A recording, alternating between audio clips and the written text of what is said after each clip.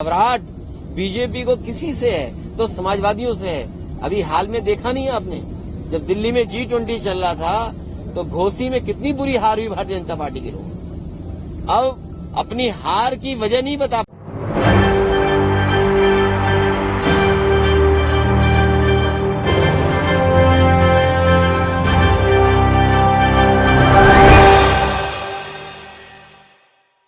क्या वाकई महिलाओं को 33% आरक्षण देने का झूठ बोला जा रहा है?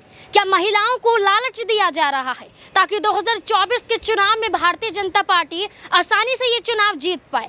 ऐसा इसलिए कहा जा रहा है क्योंकि महिला आरक्षण बिल पर सवाल खड़े हो रहे हैं। नमस्कार, मैं नाज़मीन खान और आप देख रहे हैं SPN 9 न्यूज़। महिला आरक्षण बिल लोकसभा और राज्यसभा में पास हो जाता है, लेकिन इसी के बीच में क्या बड़ी साजिश होती है उसका पर्दाफाश भी हो जाता है। बड़ी साजिश यहाँ पर कई तरीके से देखी जाती है। एक साजिश OBC समुदाय की महिलाओं को शामिल ना करना, दूसरी साजिश जनगणना को लेकर कहना लेकिन जनगणना कई सालों बाद होना, तीसरी साजिश यहाँ पर 33% का वादा करना, लेकिन 33% का वादा जो अभी किया जा रहा है उसको लागू होने में कई साल लग जाएंगे। फिर यहाँ पर भारतीय जनता पार्टी ने ये क्यों कहा कि 27 साल बाद हमने महिलाओं को सम्मान दिलाया है, 27 साल बाद हमने महिलाओं को वो आरक्षण दिया है जिसकी वो हकदार थी।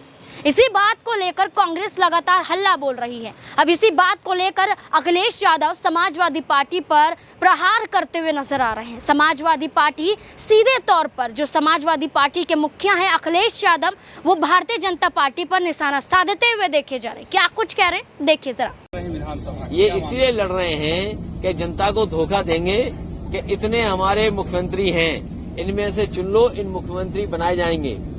इंडिया गठबंधन क्या प्रमुख घटक है? अगला कदम क्या होगा इंडिया गठबंधन? अगला कदम यह है कि जाति जनगणना पे जनता को जोड़ा जाए, जाति जनगणना जनता को समझाया जाए। और खुशी इस बात की है कि चमत्कार हो गया इधर, कांग्रेस पार्टी भी जाति जनगणना के पक्ष में आ गई। जिसने कभी लोकसभा में जाति जनगणना के खिलाफ खड़े हो गए थे, मुझे याद है वो समय में लोकसभा में था, नेताजी शरद यादव जी, आदरणीय लालू प्रसाद यादव जी और दक्षिण के सभी नेताओं ने मांग की थी कि जो सेंसस हो रहा है वो जाति के आधार पर हो, लेकिन उसने कांग्रेस ने स्वीकार नहीं किया था। मुझे खुशी है इस बात की कि कांग्रेस भी अब पीडीए के रास्ते पर आ गई है और जाति जनगणना के पक्ष में आ गई है। इससे बड़ी उपलब्धि और क्या हो सकती है?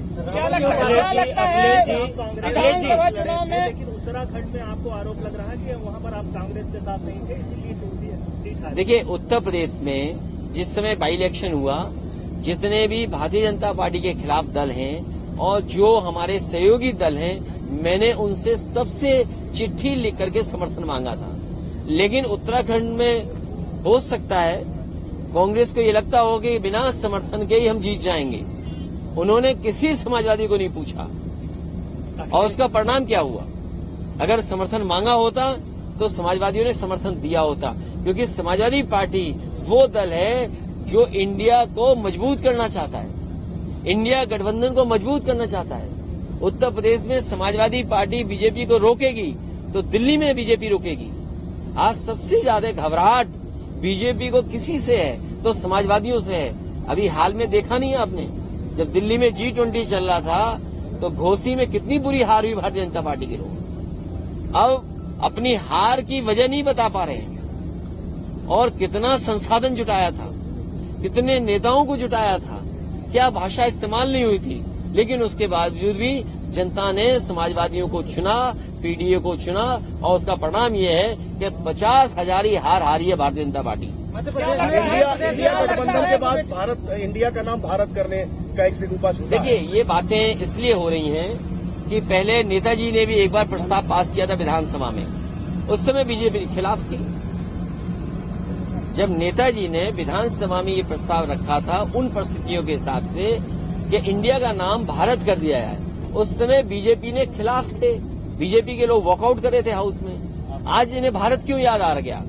ये भारत याद करें या कुछ याद करें, इंडिया इस बार इनको हराएगा। मध्य प्रदेश में विधानसभा में आप गठबंधन करेंगे अभी विधानसभा चुनाव? नहीं, हमारा देखिए हम बहुत क्लियर हैं, हमें किसी से कोई क्लैरिटी का सवाल नहीं है। हमारी पार्टियां हैं यहाँ, हमारे विधायक थे, हमारी पार्टी को वोट मिलता है, जो हम अपनी पार्टी को एसेस कर रहे हैं, जो हमारी पार्टी के अच्छे कार्यकर्ता नेता हैं आकलन करेंगे और वो बात रखी जाएगी जो प्लेटफॉर्म है उस पर कि हमारी पार्टी के ये प्रत्याशी हैं, हम इनके पक्ष में आपसे मांग रहे हैं। अखिलेश जी, सबसे बड़ी बात क्योंकि आपको वहाँ भी कुछ मांगना है। अब ये बात अलग है, कोई बड़ी साजिश हो रही हो तो बड़ी बात है। रावण के एक उपासक है, उनकी बेटी को भाजपा ने टिकट दिया मध्य प्रदेश में। देखिए, बीजेपी कुछ भी कर सकती है। बीजेपी को ये बताना चाहिए आपको और सवाल पूछना चाहिए बीजेपी से। दिल्ली में नए लोकसभा में एक नया बिल लेकर के आए, महिलाओं को आरक्षण देने के लिए, सीटों का आरक्षण मिलेगा उनको, और नाम भी बड़ा अच्छा रखा उन्होंने।